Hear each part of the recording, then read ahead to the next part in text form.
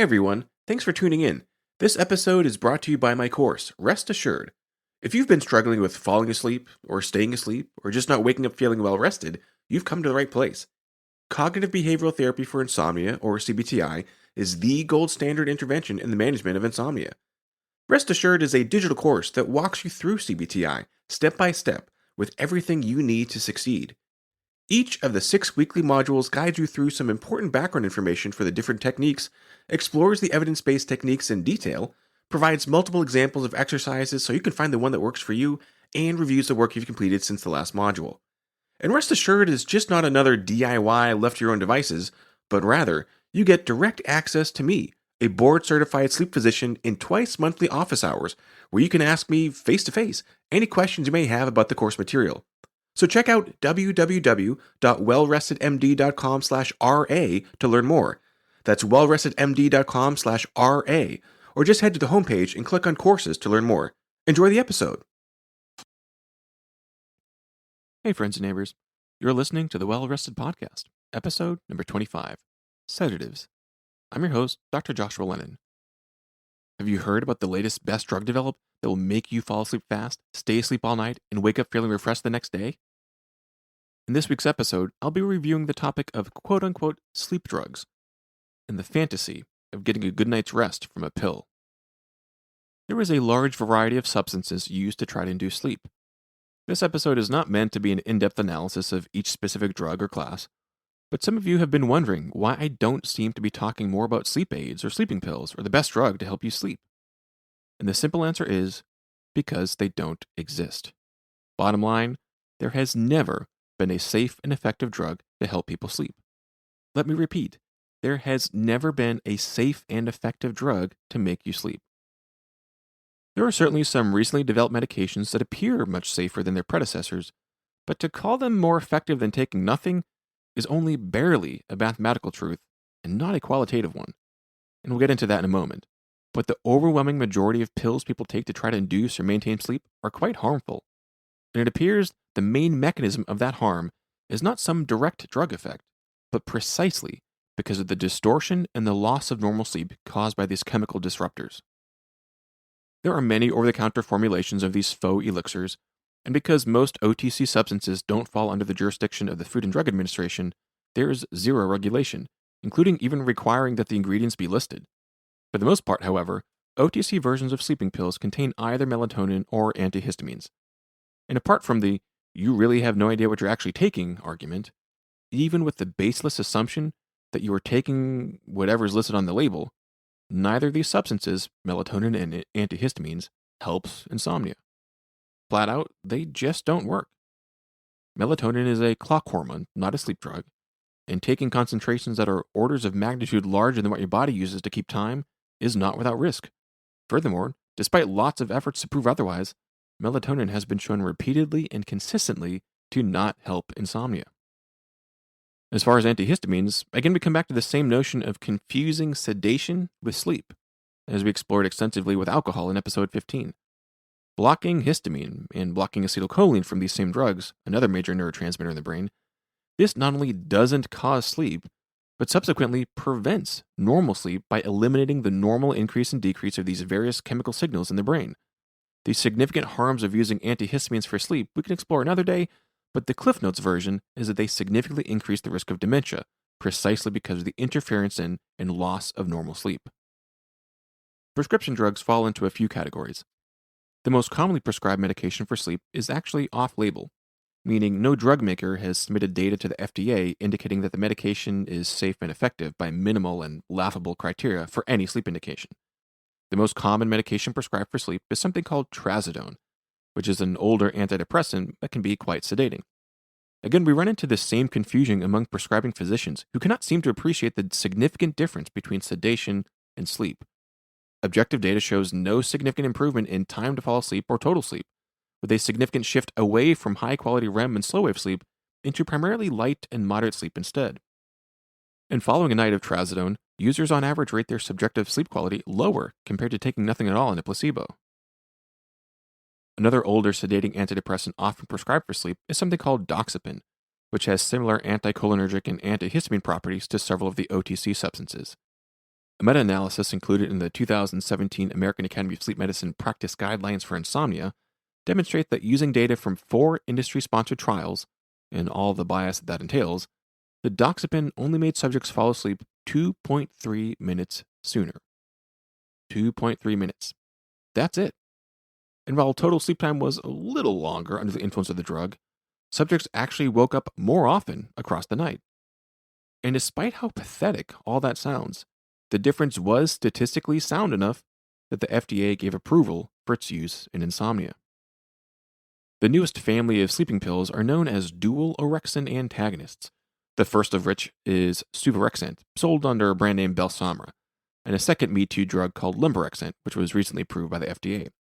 The trial that got suvorexant approved, sponsored by the drug company and all the bias that entails, demonstrated that suvorexant at standard dosing helped subjects fall asleep a whopping 2.3 minutes faster than placebo. Really, 2.3 minutes, same as doxepin, same pathetic, minuscule, meaningless amount. And at the highest dose of suvorexant, subjects achieved only 10.6 minutes more of sleep across the entire night. That's it, 10 minutes. Now, this finding was significantly different enough from getting nothing in a placebo that the FDA awarded it approval. But really, not even 2.5 minutes faster to fall asleep, and nothing but 10.5 minutes of total sleep more across the entire night? How is that remotely worth it? Now, while the orexin antagonists basically don't work to make any meaningful impact on insomnia, at least they are safe as far as we can tell, or at the very least, not dangerous like the next category of drugs.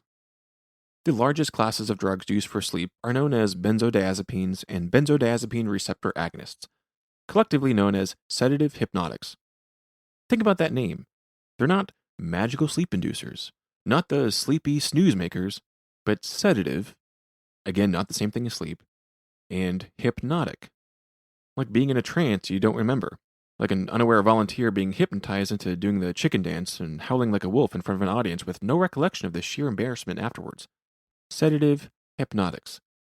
The benzo family includes drugs like Valium and Xanax, and the benzodiazepine receptor agonists, or BZRAs. This family includes drugs like zolpidem, known as Ambien, Zaloplan, known as Sonata, and azopiclone, sold as Lunesta. Because these generic names, the BZRAs are often referred to as the Z drugs. Zolpidem, the most commonly used drug for sleep in these two classes, is entirely unimpressive. Meta-analyses primarily of industry-sponsored trials, and all the bias that entails, demonstrate that with zolpidem, subjects fall asleep about 5 minutes sooner, and up to 12 minutes sooner in some populations. 5 to 12 minutes. That's it. So again, when it takes an average insomniac about an hour to fall asleep, and after taking a drug like Ambien, it takes, wait for it, 55 minutes? Seriously? How is that remotely worth it? I mean, that's still basically an hour. What is the point of that? Now, what are the main chemical effects of both benzodiazepines and these drugs that mimic that chemical, these benzodiazepine receptor agonists, or the BZRAs? One of the main effects of the activation of the benzoreceptor in the brain, in addition to sedation, is amnesia. So individuals under the influence of these drugs lack the effective capacity to even appreciate how much the drug failed to work. And it's not like these drugs are safe. Far from it. According to the WHO, motor vehicle accidents were the 9th leading cause of death across the world in the decade from 2002 to 2012. 11.2% of drivers killed in Canada in that decade tested positive for these sedative hypnotics post-mortem. 1 out of 9. Studies demonstrate that driving impairment is 160% higher when there are the faintest traces of sedative hypnotics in one's blood. And driving impairment is 375% worse when mild to moderate blood levels are detected. Drivers with any trace of sedative hypnotics in their systems are 40% more likely to be at fault when involved in a motor vehicle crash, and they are 2.3 times more likely to end up in a motor vehicle crash that results in a fatality. One of the shorter-acting drugs in the sedative hypnotic class, where some drugs literally take weeks for a single dose to be fully cleared, zopiclone significantly affects next-day driving. A pooled analysis of 4 different studies demonstrated severe driving impairment 11 hours after the dose. Think of the next morning commute after a night when the medication was taken. The drug more than doubled the risk of severe driving impairment, equivalent to the effect of a 120-pound woman who just rapidly kicked back 3 shots of tequila. And this again is 11 hours after the drug was taken. Not even including the large number of individuals reporting activities of sleep driving, which prompted the FDA to add a black box warning, zolpidem has been shown to significantly impair one's ability to stay within the lane, to maintain speed, and to maintain alertness among healthy drivers the day after taking a dose. In fact, the International Council on Alcohol, Drugs, and Traffic Safety has classified 22 benzodiazepines and Lunesta as causing severe driving impairment, plus another 9 benzodiazepines and all the other BZRAs, including Ambien and Sonata, as causing at least moderate driving impairment at any point and severe impairment of driving when taken within 10 hours. Studies of healthy volunteers demonstrate that the day after taking a BZRA, cognition is significantly impaired. Specifically, declarative memory and procedural memory are significantly worse after taking zolpidem and zaleplon, and this effect was primarily driven by the loss of normal sleep. The more that these drugs block these otherwise healthy individuals' ability to achieve REM sleep, and the greater percentage of light sleep instead, the worse their memory. Among survivors of traumatic brain injury, who are already more likely to suffer long-term disability from cognitive impairment, including dementia, these sedative hypnotics are even more devastating.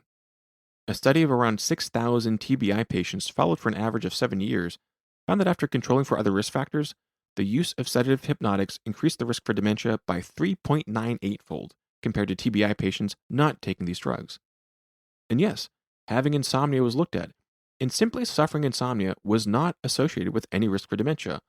Only those taking these sedatives experienced that risk, a quadrupling of the likelihood of getting dementia.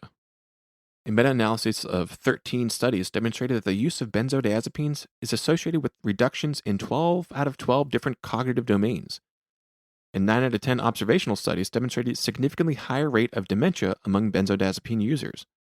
One systematic review and meta-analysis of 8 different studies demonstrated that after accounting for other potential risk factors, that individuals with a history of benzodiazepine use are 78% more likely to develop dementia compared to non-users.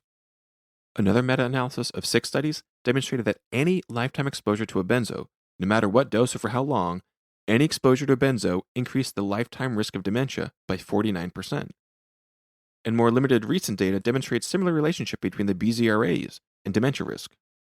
For instance, an analysis of over 70,000 patients over the age of 65 screened for the prescription of zolpidem in year 1 and the subsequent diagnosis of Alzheimer's dementia over the next 6 years, controlling for other risk factors like age, gender, and matching them to controls. Any use of zolpidem for 7 days only increased the risk for Alzheimer's disease by 35%. Let me say that again. 1 week of Ambien, just 7 days of zolpidem, was associated with a 35% increased likelihood of developing Alzheimer's dementia over the next 6 years. And individuals who used zolpidem for 6 months had tripled the risk for developing Alzheimer's compared to controls.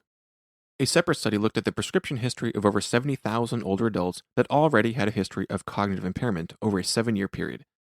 They found that compared to a control group matched for risk factors, the use of any sedative hypnotic by those with impaired cognition was associated with a 40% greater likelihood of death in the next 6 months after that first dose compared to the cognitively impaired not exposed to a sedative.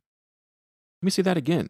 Not only do these so-called sleeping drugs dramatically increase the likelihood of ending up with dementia, they also increase the risk of death, 40% higher risk of mortality within 6 months after taking a dose of a sedative hypnotic.